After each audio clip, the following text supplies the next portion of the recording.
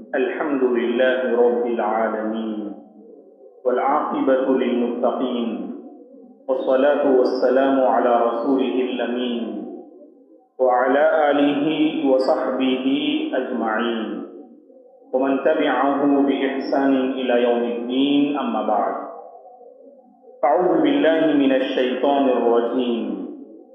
يا أيها الذين آمنوا ادخلوا في السلم كافة ولا تتبعوا خطوات الشيطان إنه لكم عدو مبين. محترم بزرگوں، نوجوانوں، عزیز بچوں اور قابل احترام میری ماں اور بہنوں،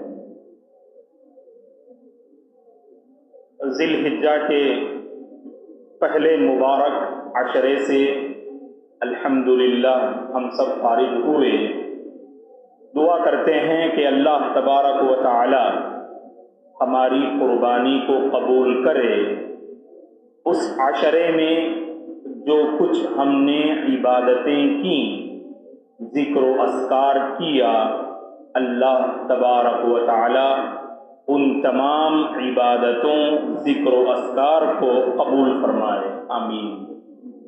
دنیا بھر سے بہت سارے مسلمان ان سال فریضہ حج کی ادائیگی کے غرض اور مقصد سے بیت اللہ تشریف لے گئے.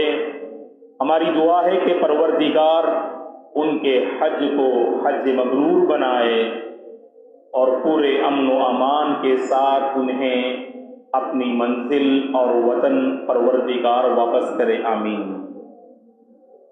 رمضان سے قبل اس مسجد کے افتتاحی پروگرام میں ہم شریک تھے.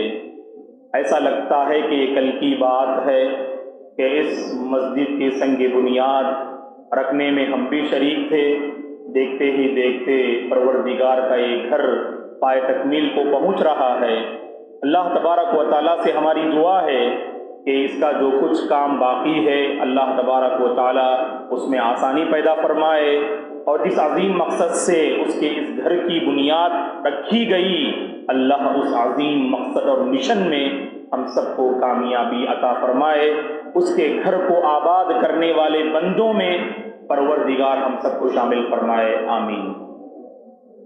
محترم حضرات،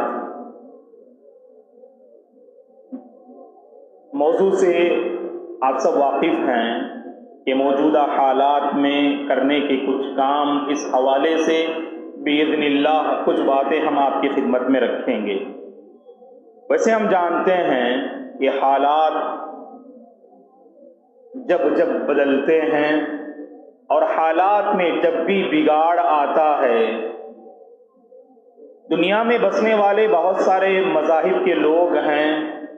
شاید وہ کچھ پریشان نظر آئیں تو پریشانی کی معقول وجہ ہو سکتی ہے کہ ان کے مذہب نے ان کی شاید صحیح رہنمائی نہ کی، جس کی وجہ سے حالات کا مقابلہ ہم کیسے کریں اور حالات کے حوالے سے ہماری کیا کچھ سوچ ہونی چاہیے، شاید اس حوالے سے وہ کچھ گھبرائیں اور پریشان ہوں.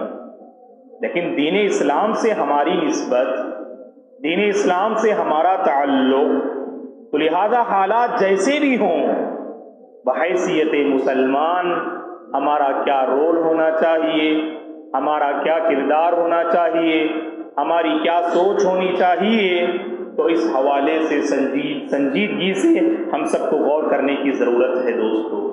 اور پریشان بھی نہ ہوں، کیونکہ اسلام سبحان اللہ اللہ کی جانب سے عطا کردہ وہ مضبوط دیوار ہے اور وہ مضبوط چھت ہے اور وہ مضبوط بنیاد ہے کہ جس کے سائے میں ہم پل رہے ہیں تو ہمیں کسی طرح کی کوئی گھبراہٹ نہیں ہونی چاہیے. اسلام قدم قدم پہ ہماری رہنمائی کرتا ہے اور اسی سے نسبت میں ہماری شان ہے اور ہمارا یعنی مستقبل ہے، اور ہمارے اپنے ہر مسئلے کا حل اسی اسلام میں ہمیں ملے گا. دوستو، اس پر ہمارا ایمان ہونا چاہیے. عمر بن خطاب رضی اللہ تعالی عنہ جب سرزمین فلسطین میں قدم رکھتے ہیں، بیت المقدس مسجد اقصی کو فتح کرنے کے لیے اس موقع پر دشمنان اسلام کی ایک بڑی فوج اور بڑی تعداد آپ کے سامنے نظر آتی ہے۔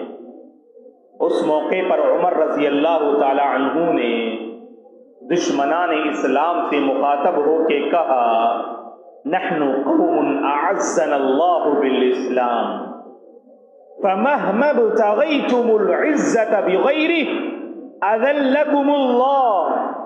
کہا عمر رضی اللہ تعالی عنہ نے، ہم ایسی قوم ہیں کہ اللہ تعالیٰ نے اسلام کے ذریعے ہماری عزت دی، اگر اسلام کو چھوڑ کر کسی اور طریقہ اور کلچر میں تم عزت کو تلاش کرو گے تو اللہ تعالیٰ تمہیں ذلیل کر کے رکھ دیں گے۔ اسلام سے ہماری نسبت ہے دوستو، اس پہ ہمیں فخر ہونا چاہیے۔ فخر کا مطلب یہ کہ اس کی تعلیمات کو ہم اپنائیں، اور زندگی کا کوئی بھی پرابلم ہو اور حالات جیسے بھی ہوں تو اس موقع پر اسلام ہمیں کیا کچھ تعلیمات دیتا ہے تو اس کو دل و جان سے ہمیں اپنانا چاہیے، تو اسی میں ہماری دنیاوی اور اخروی زندگی کی سلامتی ہے دوستو۔ اب آئیے معلوم کرتے ہیں کہ جب اسلام سے ہماری نسبت، اسلام سے جب ہمارا تعلق ہے، تو ایسے نازک حالات میں جب حالات ہمارے موافق نہ ہوں، حالات میں امن و شانتی کے اثرات ہم محسوس نہ کریں، جب حالات بگڑ رہے ہوں، ایسی صورت میں ہمارا کیا رول ہونا چاہیے اور ہمیں کیا کرنا چاہیے دوستو۔ سب سے پہلا پیغام میں جو اس موضوع کے تحت دینا چاہوں گا وہ یہ، ایسی نازک گھڑی میں ہمیں اپنے علم پہ توجہ دینی چاہیے دوستو، اپنی صلاحیتوں پہ ہمیں توجہ دینے کی ضرورت ہے، کیونکہ ہم دیکھتے ہیں حالات جب بدلتے اور بگڑتے ہیں تو لوگ کچھ حاصل کرنے پر ان کی توجہ نہیں ہوتی ہے۔ ہماری مجلسیں ایسی ہوتی ہیں صرف ہم حالات پہ کمنٹس کرتے رہتے ہیں، حالات بدل رہے ہیں، بگڑ رہے ہیں، فلاں مقام پہ جو ہے فلاں لوگوں کی یہ پریشانی ہے اور فلاں جگہ لوگ اس معاملے میں اور اس مسئلے سے دوچار ہے، صرف حالات پہ تبصرہ۔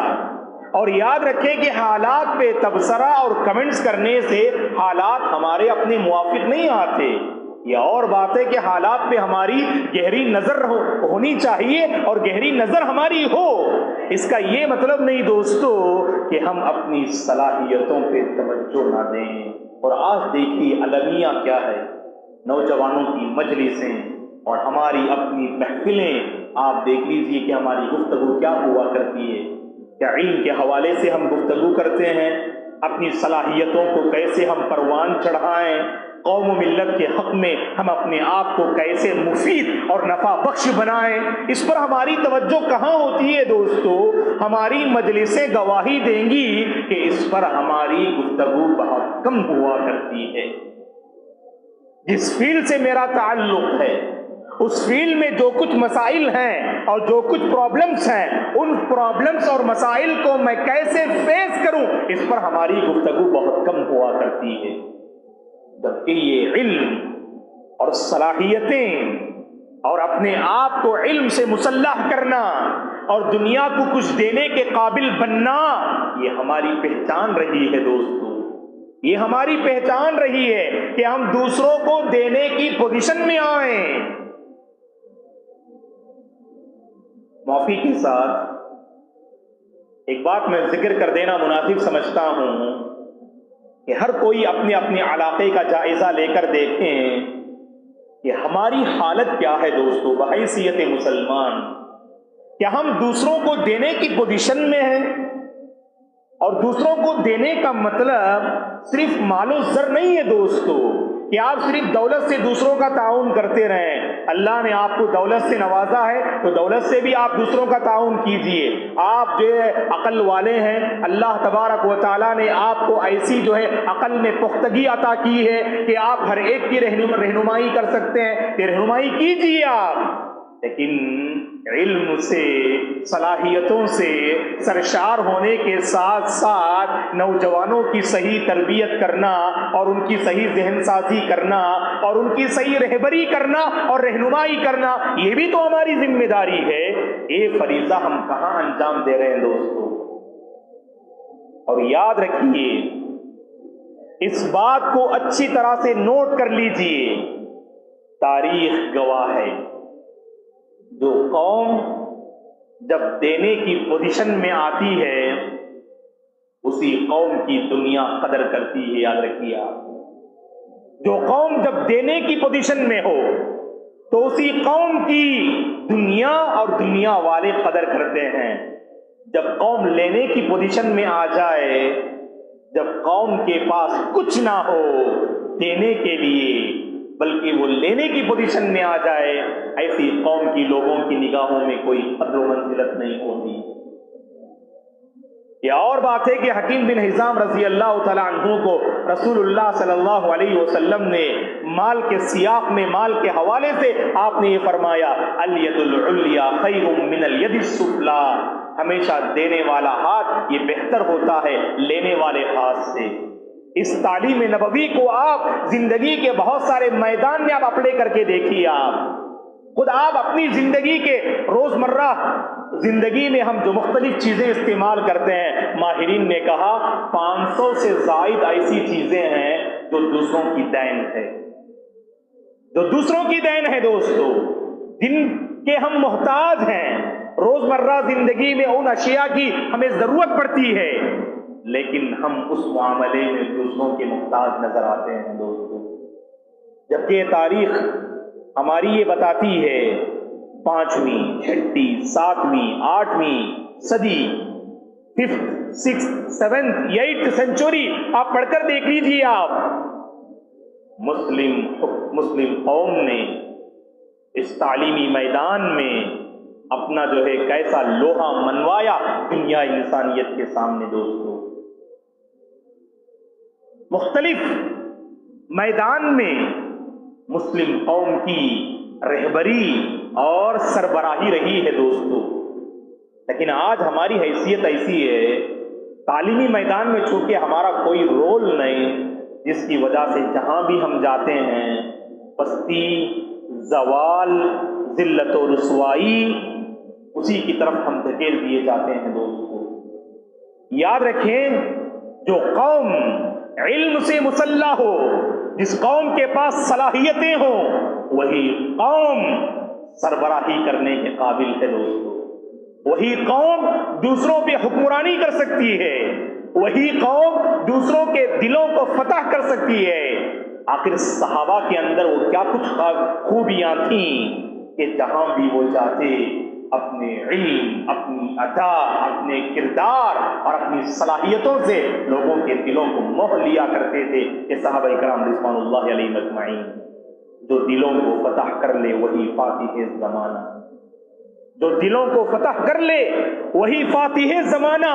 اور دلوں کو فتح کرنے کے لیے اپنی صلاحیتوں پر ہمیں توجہ دینے کی ضرورت ہے دوستو۔ علامہ اقبال نے کہا تھا، مگر وہ علم کے موتی کتابیں اپنے آبا کی، جو دیکھے ان کو یورپ میں تو دل ہوتا ہے سی پارا۔ ہے تو آبا وہ تمہارے ہی مگر تم کیا ہو، ہاتھ پہ ہاتھ دھرے منتظر فردا ہو۔ یہ صرف فخر کرنے کی بات نہیں ہے دوستو، ہمارے باپ دادا ایسے تھے، ان کے اندر ایسی صلاحیتیں تھیں کہ صرف کہنے سے حالات بدلتے نہیں اور حالات ہمارے موافق نہیں ہوتے، بلکہ ہمارا کیا کردار ہے، آپ کے اندر کیا صلاحیت ہے، آپ مسلم قوم بحیثیت مسلم قوم آپ کے اندر کیا کچھ صلاحیتیں ہیں، اس پر ہمیں ہماری توجہ ہونی چاہیے دوستو۔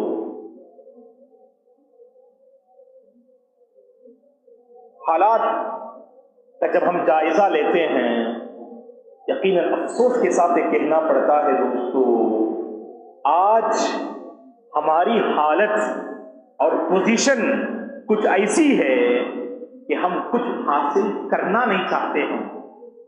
وقت کی بربادی ہماری پہچان، ٹائم پاس ہماری پہچان، سڑکوں پہ بیٹھ کر گپ شپ کرنا مسلم نوجوانوں کی پہچان۔ تو بتائیے دوستو، جو قوم وقت کی قدر نہیں کرتی وہ فیوچر میں دنیا کو دینے کی پوزیشن میں کیسے آ سکتی ہے بتائیے آپ۔ اور آج سب سے بڑا مسئلہ آج ہمارا یہی ہے، آج ہم وقت کا خون کرتے ہیں، وقت کو ضائع کرتے ہیں، نتیجے میں آج ہمارے مسلم طلبہ کہ آپ دکھا سکتے ہیں ہر معاشرے میں ہمارے مسلم طلبہ کو جو سبحان اللہ قوم و ملت کے حق میں ان کی صلاحیتوں کو لے کر آپ یہ جو ہے وعدہ کر سکتے ہوں، یا یہ جو ہے ببانگ دہل بلند آواز سے کہہ سکتے ہوں دیکھو یہ میری اپنی قوم کا ہیرا ہے۔ کیا کہہ سکتے ہیں دوستو ہم؟ اللہ اکبر۔ نوجوانوں کا وقت کس میں بیت گزر رہا ہے؟ آج سوشل میڈیا کے شکنجے میں، جال میں ہم ایسے پھنس چکے ہیں کہ اس سے نکلنا بہت مشکل نظر آ رہا ہے دوستو۔ کچھ کرنا بھی چاہتے ہیں ہم، لیکن کچھ ایسی لت لگ چکی ہے سوشل میڈیا کی کہ ہماری صلاحیتیں زائل ہوتے ہوئے نظر آ رہی ہیں دوستو۔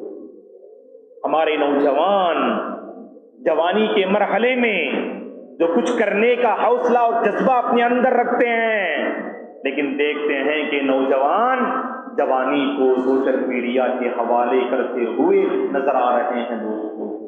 فکر ہے تو بس اس بات کی فکر ہے نوجوانوں کو، کون سا نیا گیم اپلوڈ ہوا ہے، کون سی نئی سیریز آئی ہوئی ہے جس میں ہم جو ہے کچھ کمال جو ہے پیدا کر سکیں۔ بس دن اور رات، صبح و شام، بس یہی فکر نوجوانوں کی۔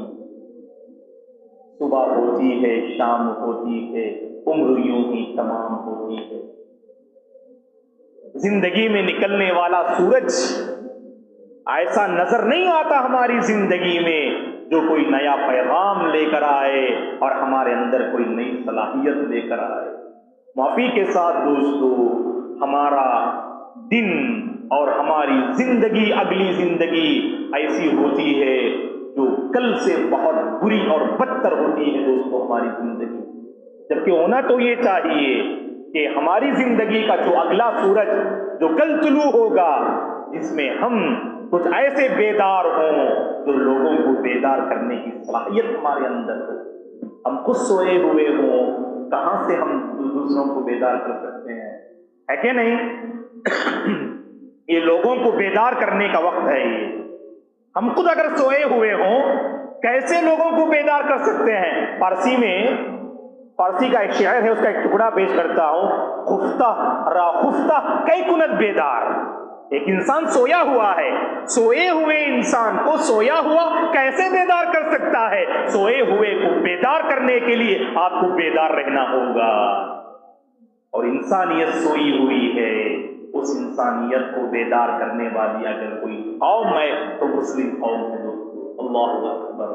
اسلام کی ایسی پاکیزہ تعلیمات ہیں ہمارے پاس، ان پاکیزہ تعلیمات کی روشنی میں ہم سوئی ہوئی قوم کو بیدار کر سکتے ہیں، بھٹکی ہوئی انسانیت کو صحیح راستہ بتا سکتے ہیں، اللہ سے دور قوم کو اللہ سے ملا سکتے ہیں۔ لیکن یہ اسی وقت ہوگا جب آپ بیدار ہوں، اور آپ کے اندر بیداری وہ علم کے ذریعے سے آ سکتی ہے دوستو۔ بس کچھ نہ کچھ حاصل کریں۔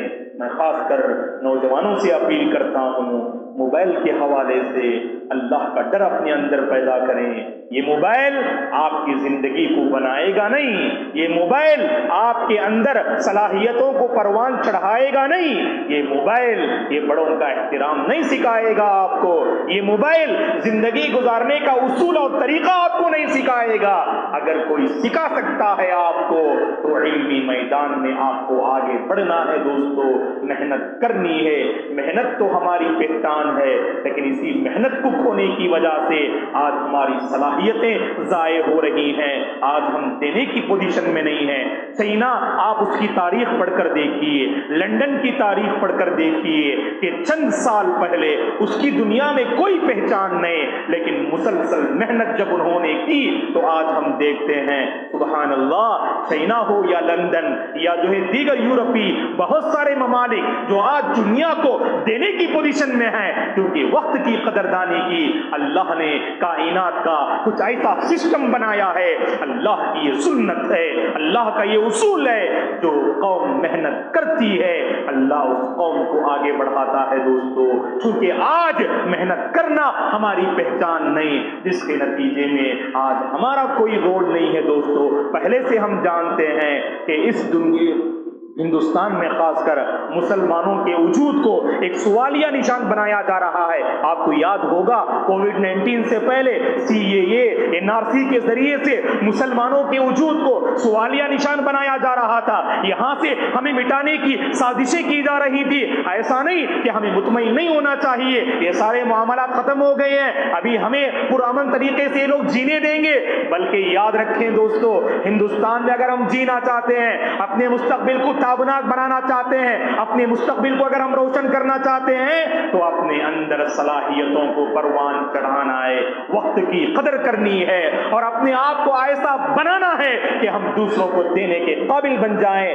یاد رکھیں دوستو, یہ وقت ایسا ہے کہ ہمیں دوسروں کو بیدار کرنا ہے, اور بیدار کرنے کے لیے جیسا کہ میں نے کہا ہمیں خود بیدار رہنا ہوگا, اور بیدار رہنے کے لیے وقت کا صحیح استعمال کرنا ہوگا, اور زندگی کی قدر و منزلت کو پہچاننا ہوگا. دوستو, معاف کیجیے گا,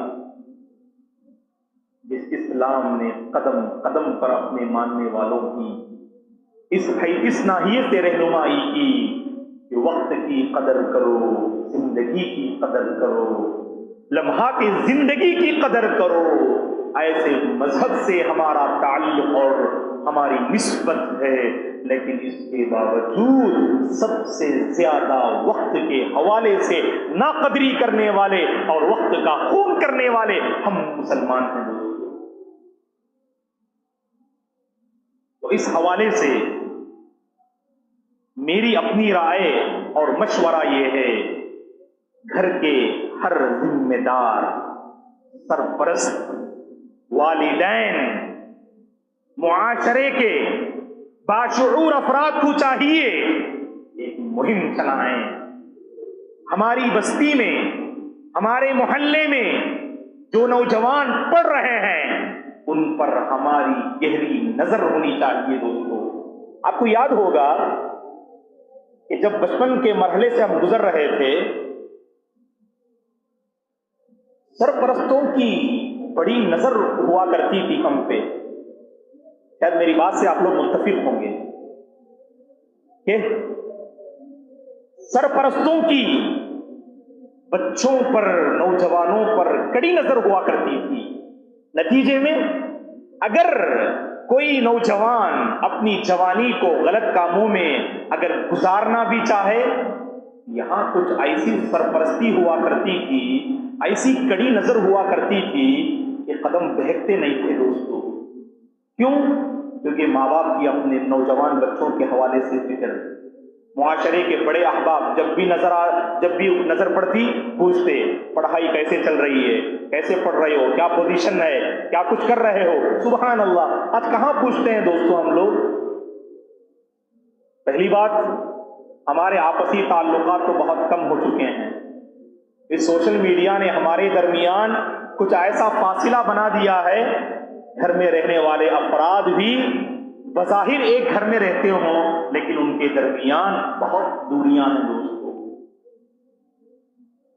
آپ کو اندازہ ہوگا کہ جس دور سے ہم گزر رہے ہیں کہ آپ کا پڑوسی, اس سے آپ بے خبر رہتے ہیں. آپ اپنے بڑوں سے پوچھ کے دیکھیے حالات کیا تھے پرانے دور کے. پوری طرح سے پڑوسی کی ہر خوشی اور ہر غم میں شرکت ہوا کرتی تھی, اور پڑوسی کے ہر حالت سے اپنا ایک پڑوسی جو باخبر رہا کرتا تھا. اور نتیجے میں صحیح رہبری، صحیح رہنمائی، ذہن سازی، ان سب پہ ہماری توجہ ہوا کرتی تھی۔ آج کہاں ہے دوستو؟ آج ہمارے درمیان بہت فاصلے ہیں، ہمارے دلوں میں بہت دوریاں پائی جا رہی ہیں، نتیجے میں ہم ایک دوسرے کی فکر نہیں کرتے۔ اور اگلی بات جو میں بتانے جا رہا ہوں یہ کہ پہلی بات یہ کہ علم پہ توجہ دیں، اپنی صلاحیتوں پہ توجہ دیں، اور دوسرا پیغام جو میں دینا چاہتا ہوں وہ اسی حوالے سے ہے کہ ہم اپنے وجود کو کچھ ایسا بنائیں کہ دوسروں کے لیے ہمارا وجود باعث رحمت بن جائے۔ جہاں بھی ہم جائیں لوگوں کے دلوں کو فتح کرنے والے ہم بن جائیں۔ دوریاں پیدا کرنے والوں کی آج کوئی کمی نہیں ہے معاشرے میں، لیکن دوریوں کو مٹانے والے، دوریاں ختم کرنے والے، فاصلوں کو مٹانے والے ایسے افراد کی آج ضرورت ہے دوستو۔ اور حالات کا تقاضا بھی ہے، نفرتوں کو پھیلانے والوں کی آج ضرورت نہیں ہے، آج ان کی کمی بھی نہیں ہے، لیکن محبت کو بانٹنے والوں کی آج ضرورت ہے، محبت کو عام کرنے والوں کی آج ضرورت ہے، محبت کی فضا قائم کرنے والوں کی آج ضرورت ہے۔ تو اس پر ہماری نظر ہونی چاہیے دوستو۔ تو معاشرے کے سرپرستوں سے میری گزارش ہے، والدین سے میری گزارش ہے، آپ کے ماتحت جو بچے اور نوجوان پلتے ہیں ان پر آپ گہری نظر رکھیے، آپ ان کی صلاحیتوں کے حوالے سے آپ فکر کیجئے۔ اگر آپ کے بچے دیر رات تک موبائل دیکھتے ہیں تو آپ کو فکر ہونی چاہیے اور ان کی صحیح تربیت کرنی چاہیے دوستو، تبھی ہم ایک اچھی نسل کو تیار کر سکتے ہیں۔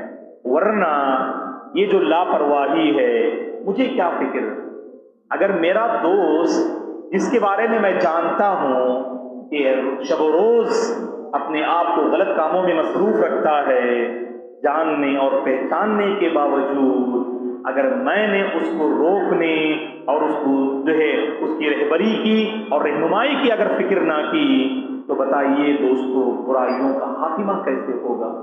اچھے لوگ کیسے پیدا ہوں گے؟ اور ایک اچھی نسل ہم کیسے تیار کر سکتے ہیں؟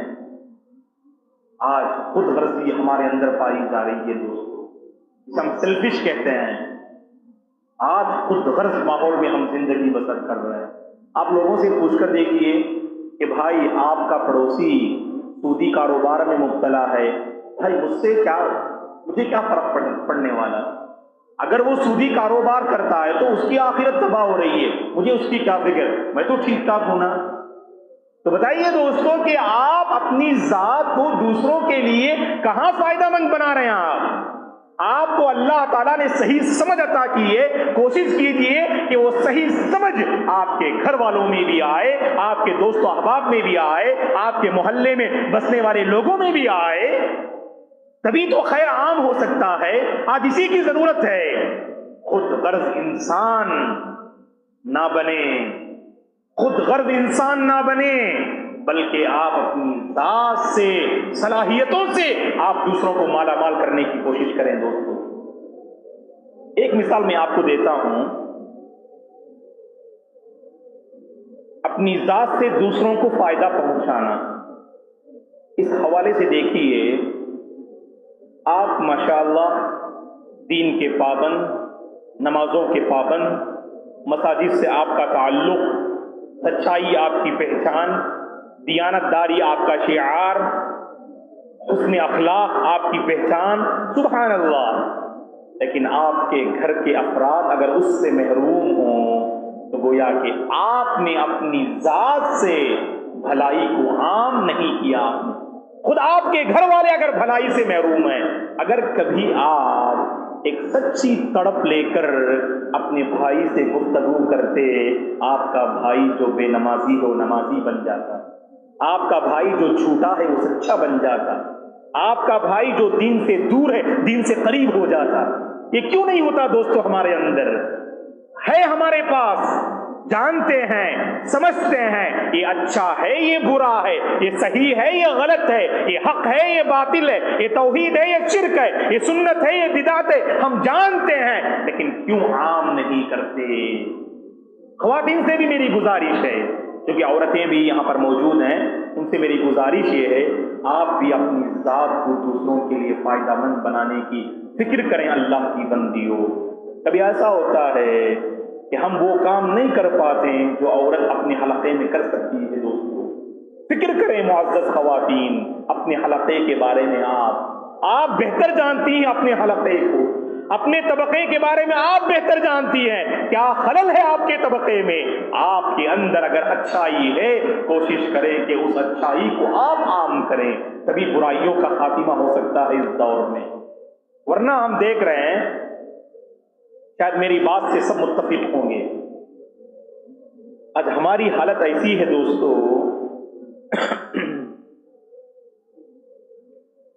برائی کرنے والا اور برائی کو پھیلانے والا اسے شرم نہیں آتی، لیکن آپ بھلائی کرتے ہیں اور بھلائی کو عام کرنا چاہتے ہیں، آپ کے اندر جھجک ہوتی ہے۔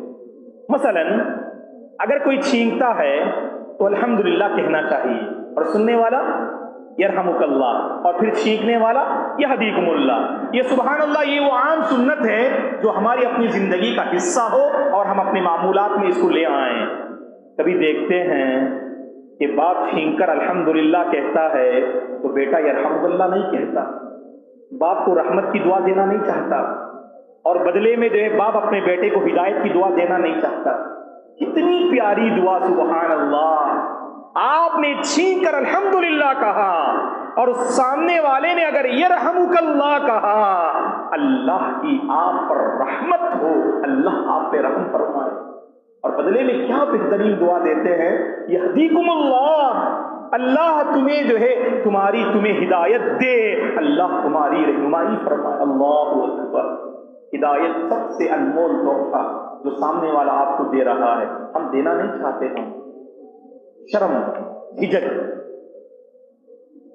اگر کوئی جمائی لیتا ہے، جانتے ہیں کہ آپ کے بڑے بھائی لے رہے ہیں، بڑے بھائی کو نہیں معلوم جمائی لینا شیطان کی طرف سے، جب کوئی جمائی لے تو اپنے منہ کو بند کر لے، یہ آپ جانتے، آپ کے بھائی نہیں جانتے، لیکن بیٹھ کے بات کر رہے ہیں، وہ منہ کھول رہا ہے اور آپ دیکھ کے خاموش ہیں۔ آپ کیا مطلب ہے دوستو؟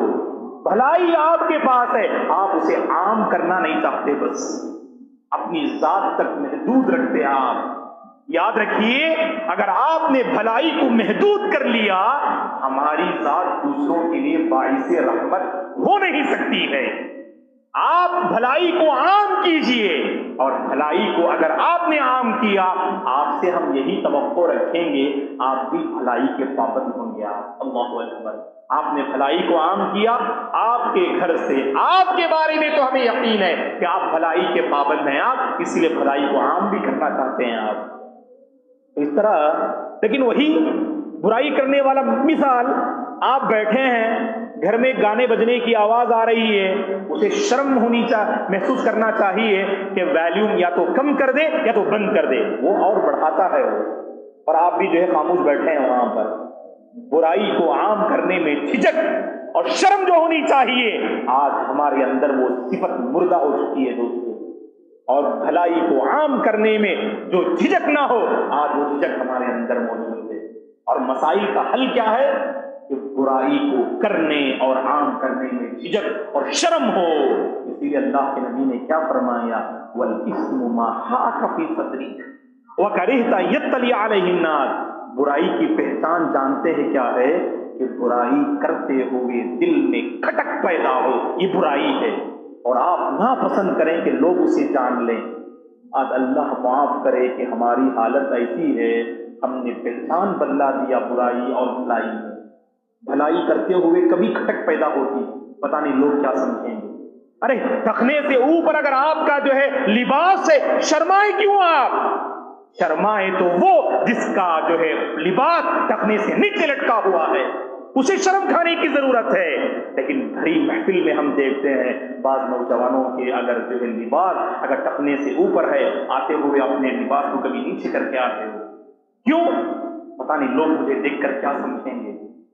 اور وہی جس کی پینٹ نیچے لٹکی ہوئی ہے، پوری شان سے وہ مجلس میں داخل ہوتا ہے۔ کیا بنا دیا دوستو ہم نے پہچان لوگوں کے نزدیک؟ برائی اور بھلائی کے حوالے سے دیکھیا تو کہاں سے ہماری ذات دوسروں کے لیے باعث جو ہے رحمت ہو سکتی ہے؟ بتائیے آپ۔ باعث رحمت اپنی ذات کو بنانے کے لیے بھلائی کا پابند بننا پڑے گا اور بھلائی کو عام کرنا پڑے گا دوستو۔ اور یہ صرف مسلم قوم ہم کر سکتے ہیں یہ، کیونکہ اللہ تعالیٰ نے ہمیں ایسی پاکیزہ تعلیمات سے ہمیں نوازا ہے، کبھی ہم دوسروں کے دل کو جو ہے دکھ نہیں پہنچاتے ہم، ہے کہ نہیں؟ بتائیے آپ ایک ایسی تعلیم بتا دیجیے، آپ کہہ سکتے ہیں کہ بھائی اس تعلیم سے فلاں کو تکلیف ہو رہی ہے، کہا کہ نہیں، ہماری ہر تعلیم دوسروں کے لیے رحمت ہے۔ اللہ اکبر! ہماری ہر تعلیم، ہمارا ہر پیغام، ہماری ہر سوچ، ہمارا کردار، ہمارا اخلاق، ہماری زبان، ہمارے معاملات، ہماری تجارت، ہمارے ایکٹیویٹیز دوسروں کے لیے باعث رحمت ہو اور ہونا چاہیے دوستوں۔ لیکن کیا بنا دیا ہم نے اپنے آپ کو؟ میدان سے آپ بھی جڑے ہیں، آپ بھی جانتے ہیں حالات ایسے ہیں، ہمارے کاروبار کرنے والے ہم، تجارت کرنے والے ہم، معاملات کرنے والے ہم، ہماری پہچان ایسی ہے، بھائی فلاں سے آپ معاملہ مت کرو، وہ بندہ دھوکہ دیتا ہے، وہ جھوٹ بولتا ہے، وہ رشوت لیتا ہے، وہ جو ہے وہ دغاباز ہے۔ وہ کون؟ غیر مسلم نہیں، مسلمان۔ آپ فلاں غیر مسلم سے معاملہ کرو، معاملے میں بڑا جو ہے صاف اور جو ہے بڑی صفائی سے جو معاملہ کرتا ہے، کیا دوستو، یہ تو ہماری پہچان ہے۔ لوگ ہمارے بارے میں گواہی دیں کہ دیکھو معاملہ کرو تو مسلمان سے کرو، کیونکہ مسلمان وعدے کا پکا ہوتا ہے، زبان کا بڑا سچا ہوتا ہے اور بڑا امانت دار ہوتا ہے۔ کہاں بنایا ہم نے اپنی پہچان کو؟ تو لوگ ہم سے قریب ہو رہے ہیں یا دور ہو رہے ہیں؟ لوگ ہم سے دور ہی ہو رہے ہیں دوستوں۔ تو دیکھیے اپنی ذات کو جب آپ اسلام کے سائے میں رکھیں گے، آپ جہاں بھی جائیں گے آپ دوسروں کو جو ہے جیت کر رہیں گے۔ آپ سیرت کے حوالے سے ایک واقعہ میں آپ کے سامنے رکھنا چاہتا ہوں، واقعہ بہت مشہور ہے، امام مسلم رحمۃ اللہ علیہ نے اپنی صحیح میں اس واقعے کو ذکر کیا ہے کہ ثمامہ بن اسال رضی اللہ تعالی عنہ، آپ جانتے ہیں صحابی کو، یہ وہ صحابی ہیں جنہوں نے سب سے پہلے جو ہے عمرہ کیا، پہلے عمرہ کرنے والے صحابی ہیں یہ، اللہ اکبر! ان کی یہ فضیلت جانتے ہیں، ان کے اسلام قبول جو ہے کرنے کا جو واقعہ ہے، جسے امام مسلم رحمۃ اللہ علیہ نے بیان کیا کہ بنو حنیف کے سردار تھے یہ ثمامہ بن اسال رضی اللہ تعالی عنہ، کہ جب صحابہ اکرام رضوان اللہ تعالی علیہم اجمعین ایک مہم سے واپس آتے ہیں تو راستے میں اس قبیلے کے سردار ثمامہ کو دیکھا تو گرفتار کر لیا اور آ کر مسجد نبوی کے ستون سے باندھ دیا۔ مشہور واقعہ آپ جانتے ہیں۔ ثمامہ رضی اللہ تعالیٰ عنہ جو اپنے قبیلے کے سردار تھے، صحابہ نے انہیں گرفتار کر لیا اور آ کے مسجد ستون سے باندھ دیا۔ باندھنے کے بعد اللہ کے نبی آتے ہیں اور آ کر ثمامہ کو دیکھتے ہیں، دیکھ کر پوچھتے ہیں ثمامہ سے، ما لک یا ثمامہ، اے ثمامہ ما عندک، عفوا ما عندک یا ثمامہ۔ اللہ کے نبی نے ثمامہ رضی اللہ عنہ سے پوچھا، اے ثمامہ تمہارے پاس کیا ہے، کیا چاہتے ہو تم؟ تو جواب میں ثمامہ نے کہا اللہ کے نبی سے، اے اللہ کے رسول دیکھیے، اگر چاہیں تو آپ مجھے قتل کر سکتے ہیں آپ، کیونکہ میں جو ہے آپ کے اور آپ کے اصحاب کے جو ہے یعنی ماتحت ہو چکا ہوں، آپ نے مجھے باندھ دیا ہے، چاہیں تو آپ مجھے ختم کر سکتے ہیں، اگر آپ نے ختم کیا تو گویا کہ ایک ظالم اور خونخوار کو آپ نے اس دنیا سے مٹا دیا آپ نے، اگر چاہیں تو آپ مجھ پہ رحم کر سکتے ہیں، رحم کر کے چھوڑ سکتے ہیں، اگر چھوڑیں گے نا میں آپ کا شکر گزار رہوں گا اور آپ کا شکریہ ادا کروں گا۔ اور تیسرا آپشن ثمامہ نے یہ دیا اللہ کے نبی کو، اگر آپ نے مجھے جو گرفتار کیا ہے اس کے پیچھے اگر آپ کو مال چاہیے، میں قبیلے کا سردار ہوں، دولت کو آپ کے قدموں میں لا کے ڈال دیتا ہوں، کیا چاہیے آپ کو؟ یا تو مجھے ختم کر سکتے ہیں یا مجھ پر احسان کر کے چھوڑ سکتے ہیں، یا نہیں تو آپ کو مال چاہیے تو مال میں دے دوں گا۔ اللہ کے نبی نے کچھ نہیں کہا ثمامہ سے،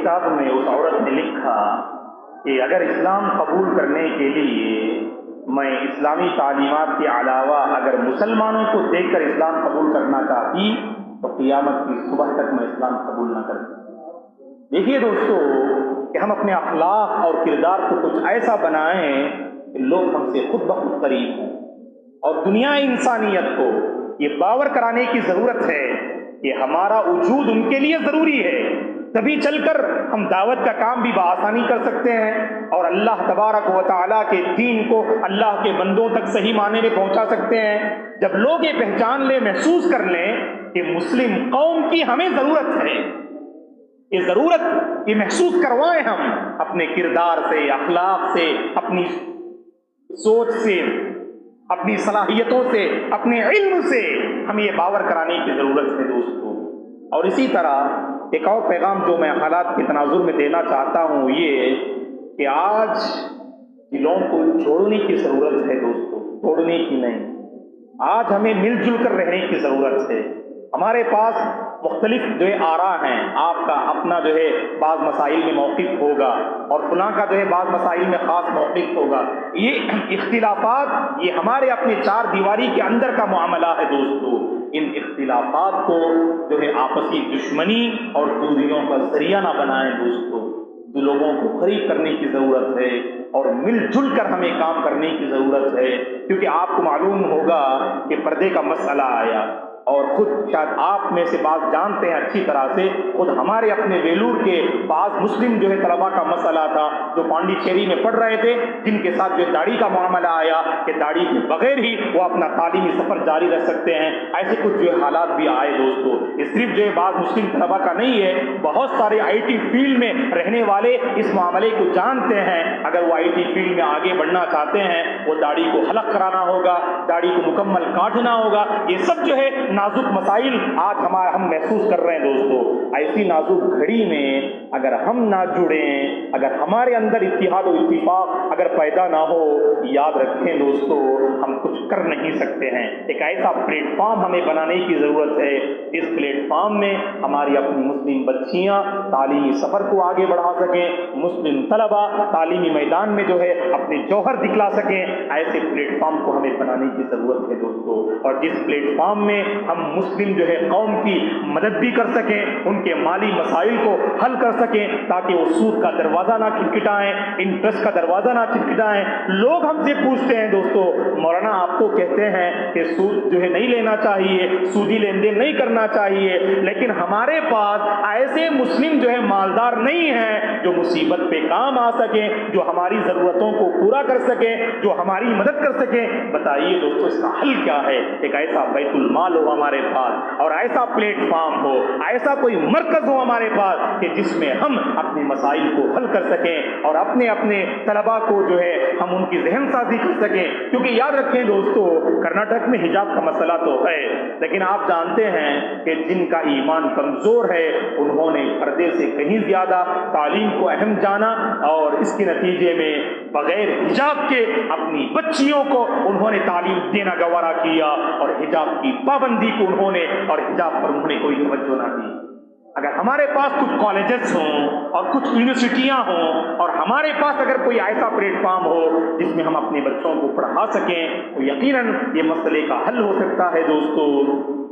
تو لہذا ایسی نازک گھڑی میں ہمیں ضرورت ہے کہ ہم جو ہے جڑیں اور جو ہے لوگوں کو جوڑنے کی فکر کریں۔ ہمارے اپنے اختلافات یہ قیامت تک رہیں گے دوستو، اختلافات کو ہم اللہ کی قسم ختم نہیں کر سکتے ہیں۔ یاد رکھیے آپ، ایسا ہو نہیں سکتا ہے کہ آپ کا جو موقف ہے سامنے والا بھی اسی موقف پر آ جائے تبھی ہم مل جل کر رہیں گے، ایسا ہو نہیں سکتا ہے۔ یہ اختلافات تو رہیں گے، لیکن یاد رکھیں ان اختلافات کو اختلاف کے دائرے میں رکھیں، اسے مخالفت کے دائرے میں لے کر نہ جائیں۔ مخالفت جانتے ہیں دشمنی، آج ہمارا سب سے بڑا پرابلم یہی ہے۔